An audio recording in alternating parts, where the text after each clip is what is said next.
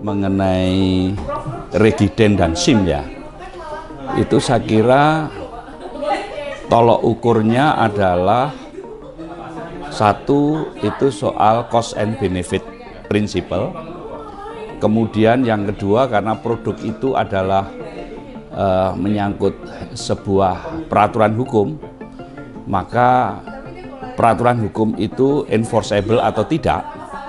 Dan kemudian apakah produk hukum itu mendukung paradigma yang dibangun di dalam Undang-Undang Lalu Lintas dan Angkutan Jalan, yaitu paradigma keselamatan dan keamanan.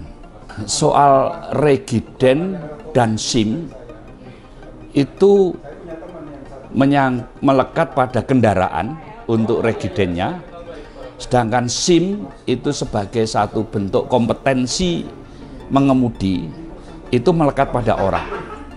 Dalam konteks kewenangan ini tadi, itu yang penting adalah kecepatan dan ketepatan untuk bisa dimengerti siapa pemilik kendaraan ini.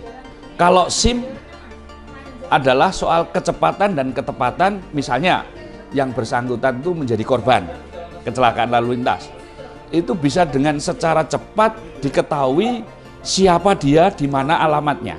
Dalam konteks kecepatan dan ketepatan ini, itu harus didukung dengan sebuah sistem kendali dan sistem organisasi yang menyelenggarakan kewenangan untuk melakukan regiden dan menerbitkan SIM ini tadi. Yang lembaga yang menerbitkan regiden dan SIM ini itu tidak mendukung kecepatan dan ketepatan ya, dalam menentukan ini kendaraannya siapa, ini siapa. Ini menurut pendapat saya jauh dari perspektif paradigma keselamatan dan keamanan. Jadi menurut pendapat saya untuk merubah kewenangan regiden dan SIM ini tidak sesederhana membalikkan tangan gitu, tetapi harus dikaji dari aspek cost and benefitnya.